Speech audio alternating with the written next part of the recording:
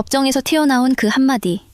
피고인 윤석열의 입에서 나온 욕설이 그대로 녹음됐습니다. 내란 아니라고 소리치며 벌인 괴이한 행동.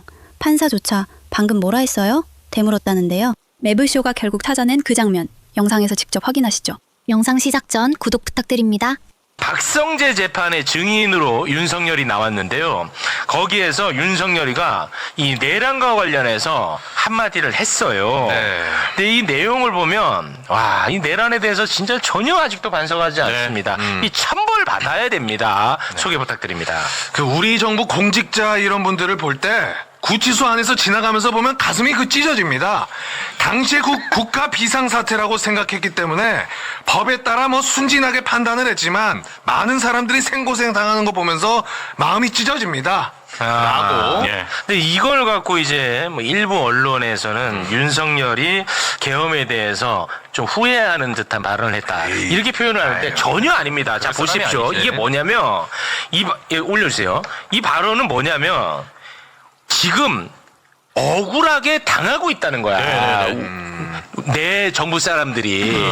나는 이게 문제가 있어서 나는 비상계엄을 했어.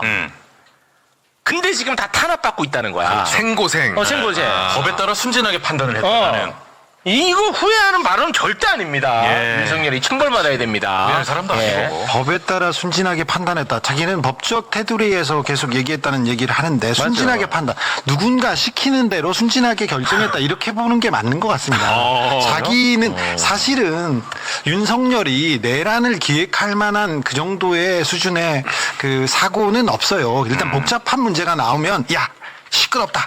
술이나 먹자. 이렇게 넘어가는 사람인데 지금 군과 그 검찰 그리고 국정원 그리고 정부 조직이 다 움직였습니다. 최성목한테 문건을 주지 않습니까? 그 내용을 다 부인하고 있는데 순진하게 판단했다. 누가 결정해 준 거를 순진하게 따랐다가 이렇게 됐다. 이렇게 저는 보이더라고요. 그 혼자 결정했을까? 이번 특검에서 윤석열 말고 윤석열 진짜 내란의 기획자들이 조금 나온 것 같아요. 그래서 저는 특검의 의미를 거기서부터 출발해야 된다고 생각합니다. 알겠습니다. 자, 그러면 자연스럽게 2차 종합특검 이야기로 넘어가 보겠습니다. 180일 동안 이제 수사를 했고 마쳤는데요. 윤석열, 김건희 등 58명을 기소를 했습니다. 간단하게 특검이 이제 또 소회를 밝혔는데 잠깐 그 부분 영상으로 보고 오겠습니다. 수많은 난관과 각종 어려움에도 불구하고 종합특검 구성원들의 헌신적인 노력으로 인하여 180일간의 수사 기간 동안 구속기소 7명, 불구속기소 50명 등 총 57명을 기소하는 성과를 이루었습니다. 아낌없는 칭찬과 격려를 감히 부탁드립니다. 수사 과정이나 특검 운영 과정에서 잘못된 점이나 부족한 점도 있었습니다. 이는 모두 고독한 저의 소치이므로 저를 비판해 주시고 질책해 주시기 바랍니다. 네, 그래서 오늘 시키는 대로 저희는 칭찬과 질책을 다 할 생각입니다. 네. 맞아요. 정확히 있어요. 이제부터 한번 정리를 해볼까 하는데 먼저 조태용 얘기를 좀 해볼까 합니다. 조태용. 네, 조태용 국정원장은 원래 전 1차 특검 있죠. 네. 거기에서는 내란 혐의로는 기소가 안 됐어요. 조태용. 위증 정도, 위증 관련한 걸로 이제 기소가 돼가지고 2심에서 2년 6개월 며칠 전에 이제 선고가 나오지 않았습니까? 네. 그런데 2차 종합특검이 내란 중요 임무 종사 혐의로 기소를 했어요. 그런데 공소장 내용을 보니까 윤건영 의원이 최근에 기자회견을 했잖아요. 네. 그 내용이 많이 반영이 된 것 같아요. 국정원에서 문건 같은 거. 네. 윤건영 의원이 정보위 간사다 보니까 문건 요청해가지고 받아봤잖아요. 그 내용이 많이 반영이 된 것 같아요. 공소장에. 그렇습니다. 그래서 이거는 어떻게 보면 굉장히 쾌거라고 좀 보는데 공소장 내용 일부만 좀 소개해 주시겠습니까? 대공수사권 폐지로 계엄시 합수부에 국정원 직원을 파견하는 것이 불가능하다는 사실을 보고받았다. 그러나 다수 국정원 직원은 계엄사 합수부 파견 도상 연습을 실시했다. 계엄 당일 밤 정무직 대책회의를 개최해 우리가 을지 연습 때 논의하고 고민한 부분을 지금 하면 될 것이다. 그에 준해 부서에 맞게 준비하자라며 계엄 수행을 지시했다. 네. 저희가 이걸 한번 깊이 있게 다루지 않았습니까? 네. 국정원은 계엄 전부터 계엄을 준비를 했었고 계엄 당일에는 모든 부처가 다 관여를 했다. 예. 문건이 존재한다. 이런 얘기를 했었거든요. 네. 이건 굉장히 의미 있는 성과인 것 같습니다. 이번 종합특검의 가장 큰 성과라고 볼 수 있습니다. 이 부분이 네, 이 국정원의 정치 개입 그리고 내란 개입은 이거 하나만 떼서 특검을 해도 될 만큼 크고 중요한 문제입니다. 국정원 부분만 떼도 네. 윤석열은 어디에서 배웠을까? 윤석열이 이 국정원 문제를 어떻게 고민했을까? 근데 윤석열이 예전에 국정원의 정치 개입 수사를 한 사람이에요. 맞아. 그래서 김태호 기소하고 잡았던 사람이 김태호를 잡았던 사람이 윤석열입니다. 네. 그런데 김태호라는 사람이 MB 청와대에서 뭘 했냐면은 MB 청와대에서 안보를 다루는 사람이었는데 국정원과 군 사이버사를 동원해서 정치 공작을 하다가 기소됐던 사람입니다. 네. 이거는 사전 지식으로 놓고 넘어갑니다. 네. 그때 윤석열, 이명박 때 제가 어떻게 감시를 받았냐면은, 잠깐만, 너 왜 웃는 거야? 아니 저기 서 선배가 방금 내용에 집중해야지. 이거 중요한 상황인데. 후배가 그러면 어떡해? 집중하고 있습니다. 좀 이따 보자. 이 중요하다니까. 우리 주진우 기자가 지금 세운 가설 중에 하나가 뭐냐. 네.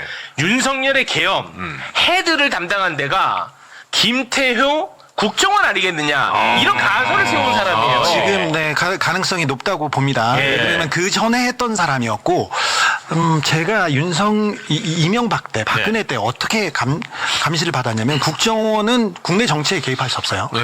그리고 개입할 수 없고 문건을 만들 수도 없습니다. 민간인 사찰입니다. 맞아요. 그러면 어떻게 그냥 모자를 씌우냐면은 저 사람이 종북 좌파다. 맞아요. 근거도 위의 없이. 세력이다. 그렇지. 그렇죠. 대공 혐의점이 있다. 이렇게 만들고 맞아요. 그래서 조사를 하는 겁니다. 네. 근데 이 부분이 이렇게 사라졌어요. 그런 오늘 명진 스님 입적 연결식이 있었지만 명진 스님도 정권을 비판하자 대공 혐의점이 있다고 국정원의 사찰을 받았습니다. 김재동은 경북에서 태어났는데 자꾸 종북이라고 해가지고 국정원의 사찰을 받았었습니다. 네. 저도 마찬가지고요. 저는 김어준하고 이렇게 다니지 않습니까? 그런데 김어준하고 저하고 이상한 관계다 이런 얘기도 있었고요. 더럽게. 네.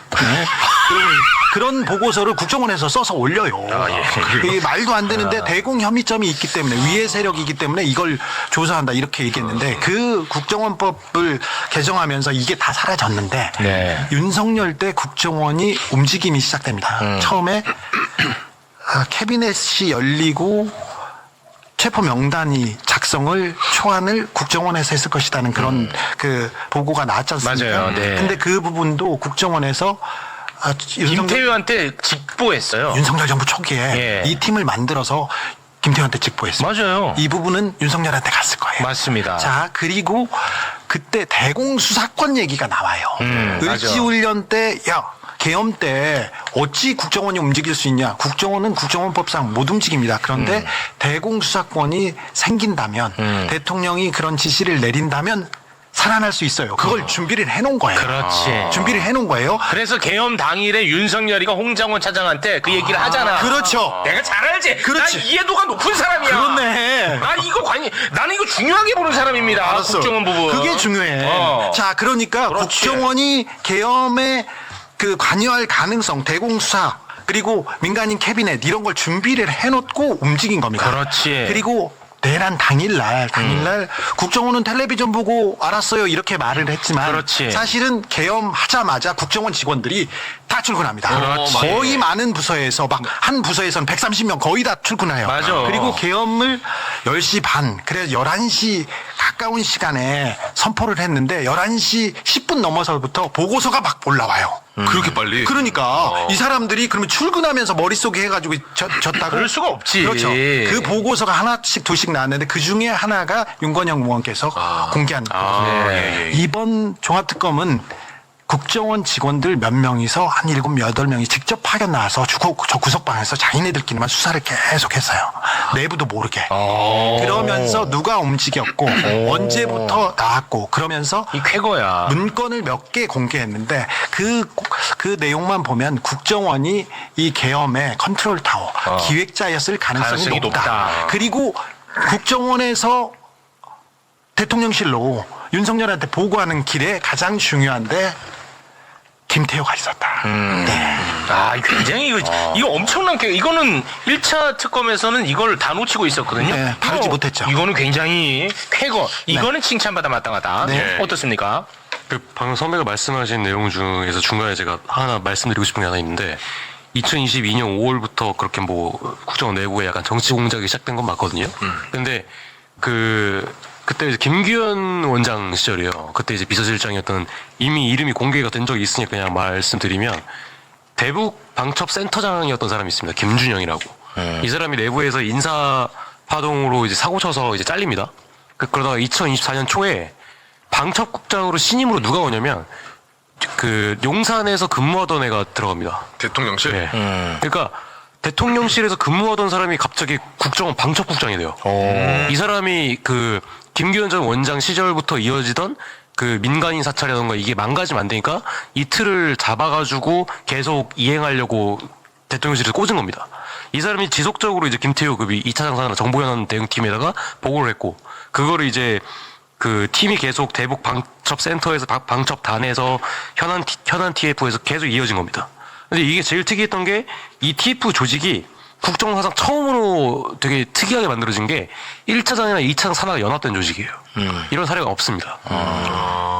그러니까 민간인 사찰을 뭐 대북이랑 방첩이랑 서로 분리가 되어 있는 조직인데 합쳐가지고 적극적으로 했다고 볼 수밖에 없죠. 네. 1차장은 홍장원 차장이고 1차장은 해외 공작, 그러니까 해외 정보를 이렇게 담당하는 분인데 그런데 이 팀을 꾸리는데 그리고 그 정보 보고하는데 청와대와 그러니까 대통령실과 국정원의 라인이 누구였냐 거기에 계속해서 겹치는 이름이 홍장원 차장이라고 이 종합특검팀에서 판단하고 있다는 거죠? 수사에서는 그렇게 판단합니다. 두 가지 재밌는 점이 있는데 이제 이해가 높으니까 여기까지 얘기하죠. HID 요원 오혁진이 계속 수사. HID 요원이 대통령실에 있네. 이 사람은 김태효 소속도 아닌데 김태효한테 계속 보고하네. 여기까지 나왔잖아요. 2차장 밑에 있는데 김태효 1차장한테 보고했어. HID 소속 사람이 대통령실에 간 적이 없어요, 지금껏. 그래서 거기로 보내려고 국정원에 한번 보내죠. 네. 국정원에 있다가 국정원 어느 팀에 있었어? 비서실 공작특보로 있습니다. 자, 거기 거기에 있다가 차관급으로 간다고. 자, 나 잘 알지. 이거 공부를 많이 했네. 공부 많이 했어. 이게 왜냐면 나는 본질이라고 보거든요. 자, 그리고는 대통령실에 갔죠. 그렇죠. 이 사람의 동선을 좀 봐야 되고 두 번째로는 해외 공작금을 해외 공작금. 국정원의 해외 공작금을 대통령실 김태효가 썼어요. 그 부분을 쫓아가다 보면 명확하게 국정원법 위반이라는 게 나올 겁니다. 지금 이제 종합특검에서 발표를 하자마자 국정원에서 대대적 감찰을 하겠다고 얘기하기 시작했는데 네. 감찰이 먼저 진행됐었어야죠. 그걸로 수사가 됐었어야 되는데 이번엔 거꾸로 갔지만 국정원이 얼마나 망가졌는지 국정원이 윤석열을 위해서 어떤 위법 행위를 했는지 이거는 규명돼야 됩니다. 네. 이 윤석열이 이명박 박근혜 국정원 특수활동비를 잘못 쓴 걸로 둘 다 잡았거든요. 근데 자기가 이 부분으로 잡히게 됩니다. 네. 아직 남아 있습니다. 남아 있습니다. 자, 좀 전에 이제 홍장원 차장 이름을 언급을 하지 않았습니까? 네. 근데 이제 홍장원 차장 같은 경우는 이제 탄핵 국면 그리고 내란 청산 국면에서 많은 공을 세운 인물이라서 네. 여기에 대한 판단이 굉장히 많이 갈리고 있죠. 기소가 됐는데 누구는 좀 더 지켜보자는 사람도 있고 누구는 이런 거 기소하면은 앞으로 어떻게 하려고 그러냐라고 하는 사람도 있고 누가 협조하려고 하겠냐. 이건 기소해야 다음에 애초에 내란이 터졌을 때 가담하지 않는다 이렇게 생각하는 사람도 있는데요. 이런 논란에 대해서 2차 종합특검 내부에서도 있었던 것 같아요. 네, 그렇습니다. 서로 이견이 있었던 것 같아요. 근데 그 이견을 총정리한 사람은 아마 특검이 아닌가 싶어요. 네. 그래서 직접 이것과 관련해서 이야기를 합니다. 그 부분 잠깐 들어보겠습니다. 일부 피고인 중에 수사와 재판에 협조했고 탄핵 심판에 결정적 기여를 했던 몇몇 관련자들이 기소가 돼서 언론이 좀 시끄러운 것 같은데 수사와 재판에 협조했던 공을 참작해서 어느 정도 형을 정할 것인가 이것은 법원이 판단할 문제지 수사기관이 판단할 문제가 아닙니다. 최소한 여러분들은 1심 판결 때까지 좀 중립을 지키고 기다려주세요. 네. 판단이 어렵다. 판단을 좀 지켜보고 예. 내리시면 어떻겠느냐 이런 이제 당부의 말까지 했습니다. 홍장원 차장을 기소한다고 했을 때 제가 똑같은 질문을 했었어요. 공익 명확한데 저 사람의 입을 막으면 주변 사람들도 특검 수사에 도움을 주지 못할 가능성이 있다. 왜 거기까지 가느냐 얘기를 했는데 조성현 대령보다 홍장원 차장은 그 내란에 기여한 바가 크다. 그리고 내란이 끝나고 나서도 계속 김태효와 함께 여러 가지 정리를 위해서 움직였던 측면이 있기 때문에 만약에 공소장이 보여지고 그리고 재판 과정에 증거들이 나오면 국민들이 판단할 것이다 네, 생각한다고 합니다. 알겠습니다. 이 부분에 대해서는 우리보다 더 고민을 했던 것은 분명히 보입니다. 이 건과 관련해서는 우리 주진우 기자는 조금 전에 본인 의견을 밝히지 않았습니까? 내가 취재해 보니까 내란 혐의점이 조금 분명해 보이는 것 같더라라는 입장인데 반면에 또 우리 후배 기자님은 이거는 무리한 기소다 이런 또 입장이거든요. 의견이 다르구나. 저는 이런 걸 참 좋아합니다. 왜 말해? 그러니까 저는 그 홍장원 차장 관련해가지고 진술서 몇 개를 좀 봤거든요. 네. 뭐 안보수사국장이라던가 아니면 뭐 방첩국장이라던가. 근데 제가 말씀드렸던 그 방첩국장이 대통령실에서 꽂은 사람이에요. 윤석열 정부 때. 그러니까 홍장원이라는 사람에 대해서 감정이 좋을 수가 없는 사람이에요. 그래서 실제로 좋지 않은 진술도 몇 개 했었고. 그리고 안보수사국장이 저 이름도 알고 한번 연락도 드렸던 분인데 홍장원 차장이 일면식이 없는 사람입니다. 근데 진술을 해보니까 제가 보기에는 이거 허위 진술 아닌가라는 생각이 들 수밖에 없는 거예요. 홍장원에게 불리한 진술인데 그건 만들어진 것 아니냐. 네네네. 감정에 의해서. 네네. 그래서 약간 종합특검에서 플리바게닝식으로 이제 진술을 좀 잘 이끌어내가지고 그렇게 좀 수사를 했던 부분이 아닌가라고 저는 생각을 하는데 네. 물론 저보다 이제 선배님께서 더 수사를 취재를 더 잘하시다 보니까 아니야. 어쨌든 저는 그렇게 항상 생각을 그렇지는 합니다. 않아. 그러면 사안에 따라 다를 수 그렇습니다. 있죠. 예. 우리는 이거 두 목소리를 다 담았기 때문에 이게 참 중립적으로 잘 담았습니다. 네. 요거는 뭐 계속 이제 반복되는 이야기니까 맞아요. 이 정도로 정리를 하고요. 아니 왜냐하면 안보위의 세력 명단 관련해서도 그 팀이 만들어지고 팀이 다시 해체했다가 다시 새로운 사람들이 편입되는 과정에서 홍장원 차장이랑 연결고리가 없어요. 부서랑도 전 상관이 없고. 처음에 만들어질 때는 홍장원 차장이 지시했다고 하죠. 그 현안티프. 네. 그리고 11월 그 직무대리 시절에 진짜 싸우는 말씀하셨는데. 분위기로 갑니다. 내란 때 캐비넷이 열리고 인사 파일, 조난 파일들이 열려서 이 사람들을 위해 세력이 이 사람들을 체포해야 된다. 여기까지 움직인 거는 분명히 보여서 내란 당시 국정원의 움직임에 대해서는 면밀하게 쳐다봐야 됩니다. 그래야 다음번에 이 생각을 하는 사람들이 절대 움직이지 못하도록 하는 그 선례를 만들 수 있습니다. 알겠습니다. 그럼 분명한 거는 아마 이제 사법부에서 네. 유죄를 예를 들어서 선고하더라도 정상 참작은 될 것 같아. 그렇습니다. 네, 그거는 동의하시죠? 내란 그 이후에 대통령을 탄핵하는 과정에서 홍장원 결정적 차장의 역할을 했거든요. 큰 역할은 부인할 수 그렇습니다. 없죠. 예. 영웅적 역할이었습니다. 그렇습니다. 네. 자, 2차 종합특검이요.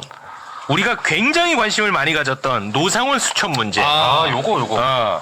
그리고 양평 고속도로 문제. 이거를 마무리를 짓지를 못했어요. 원희룡이 지역이. 가장 아쉽습니다. 저는 또 개인적으로는 삼부토금 문제. 뭐 이제 그런 것들이 좀 남아 있는데 노상원 수첩과 양평 고속도로 수사에 대해서 이야기를 했거든요. 이제 둘 다 수사는 했는데 워낙 수사할 게 많아서 다 마무리를 못 짓고 다른 수사기관에 넘겼다고 했습니다. 자, 일단 노상원 수첩과 관련된 부분의 브리핑 보고 오겠습니다. 노상원 수첩 이건 매우 중요한 사건이고 중요한 단서이기 때문에 저희들이 처음부터 수사팀 하나를 배정을 하고 집중적으로 조사를 했습니다. 구체적으로 이렇게 하나하나 모든 디테일한 정보를 수집하고 자료를 수집해서 조사를 하다 보니 너무 많은 시간이 걸렸습니다. 검증 결과가 참 공개된다면 여러분들은 참 엄청나게 놀랄 텐데 공개가 참 어렵다는 점이 아쉽습니다. 이건 나중에 국수본이든 어디를 넘어가든 장기간 추가 수사가 필요하기 때문에 넘기게 됐다. 와, 엄청나게 놀랄 거래. 와, 난 이 표현 듣고 깜짝 놀랐네. 노상원. 이게 핵심이거든. 그렇죠. 네, 핵심이죠. 예. 네. 혹시 뭐 어떤 느낌인지를 아시나요?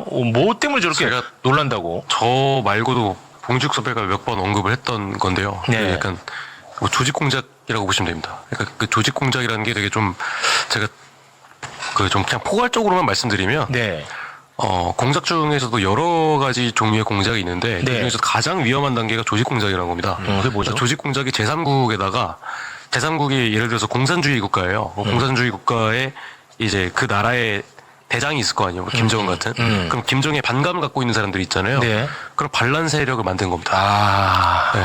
제3국 내부적으로 반란 세력을 만들어낸다. 예, 맞습니다. 그런 형식의 공작이 이제 정보사 내부 안에 그 프로젝트나 뭐 작전 내용으로 기밀로 조난이 되어 있고 그거를 실행하려고 이제 서해안이나 남해안에 그런 시설들이 갖춰져 있고 그 모든 것들이 공개되면 이제 정보사 작전 자체가 노출되는 군사 안보 좀 위기 그런 부분이 있기 때문에 네. 종합특검에서도 이 부분을 전체적으로 공개하는 건 국가 안보에 좀 손실이다라고 판단을 한 것 같습니다. 네. 그리고 그 봉지욱 기자가 이제 매불쇼에 나와서 이야기한 게 있는데 이 노상훈 수첩 관련해 가지고 적극적으로 수사에 도움을 줬던 그 국회에 나왔던 분 있죠? 박보 씨. 네, 박준준. 폭파 네, 쫓기 네. 관련. 예. 저희는 그래서 별명을 폭사라고 부릅니다. 아, 폭사라고요? 네, 그래서 예. 자기 옛날에 블랙 활동을 하던 시절에 닉네임이 붙여진 것 같아서 기분 좀 좋아하십니다. 아, 좋아합니까? 그러니까 아무튼 이제 그분이 굉장히 많은 도움을 줬는데, 이 맞아요. 봉지욱 기자 얘기입니다. 매불쇼 나와서. 그랬는데, 그분에게 혐의점을 씌워가지고, 처벌을 하려고 했나봐. 그래서 화가 많이 그분이 났다. 화가 많이 나서 결국 더 깊이 못 들어갔다고 봉지욱 기자가 얘기했거든요. 선배 먼저. 전체는 아닐 것 같고 뭐 기분이 나빴나 보죠. 네. 근데 내란 특검이 처음에 노상훈 수첩에 대해서 접근을 못했어요. 막판에 몇 가지를 해독하면서 실마리를 풀었는데 네. 제대로 된 수사가 안 돼서 그걸 바탕으로 지기현 판사가 그 노상훈 수첩은 증거 능력이 네, 조잡하다고. 인정될 수 없다고 그었었는데 네. 그래서 그런데 이번에 종합특검에서는 계엄의 초안이 담긴 가장 중요한 증거라면서 노상훈 수첩 해독에 처음부터 열을 올립니다. 그러면서 박중영을 모셔다가 얘기를 하고 그 암호 해독 그 노상훈 수첩을 해독할 만한 사람들이 몇 붙어가지고 계속했습니다. 네. 지읒자 하나, 비읍자 하나 가지고 계속 토론을 하면서 하나씩 두씩 맡아갔는데 네. 나중에 보면 매우 충격적인 내용은 요인 암살 그 부분이었을 거예요. 독약이 나오고 폭발물 나오고 그다음에 폭사, 독사 이러면서 누구를 갖다가 제3국 연평도 어디 벙커도 나오고 공해상에서 어떻게 없애겠다 그런 그림을 다 그리기는 했습니다. 네. 그런데 좀 안타까운 것은 이게 국수본으로 넘어가거나 다른 데서 넘어갔을 때 네. 이렇게 내밀하게 분석해낼 수 있을까 그런 팀이 만들어질 수 있을까 걱정스러운 과정에서 지금 수사를 넘겼는데 한두 개라도 기소해놨다면 오히려 재판 과정에서 노상훈 수첩이 더 공개되면서 이 해독이 더 좀 되지 여론도 않을까. 붙고. 예. 그건 누군가가 소명의식을 갖고 저는 작가 같은 사람들 그리고 심리학자 기자들 그런 사람들이 모여서 수사 다른 영역에서 노상훈 수첩을 해부하고 해독해내는 과정은 반드시 필요하다고 봅니다. 알겠습니다. 시간이 없어서요. 예. 그 끝으로 두 분은 이제 관심 있게 많이 보신 분들이니까 요 부분은 좀 수사가 됐어야 되는데 하는 부분을 조금 지적을 해주시면 좋을 것 같아요. 저는 김건희가 내란에 관여하지 않았다는 내란 특검의 발표를 믿지 않습니다. 나는 그게 아쉬워. 그냥 그렇지. 그냥 나도 열어놨어야지. 열어놓고 이렇게 놓았어야 되네. 김건희는 진짜. 관여하지 않았다 이렇게 발표했던 부분 저는 믿지 않습니다. 네. 대통령실이 내란을 몰랐다. 저는 믿지 않습니다.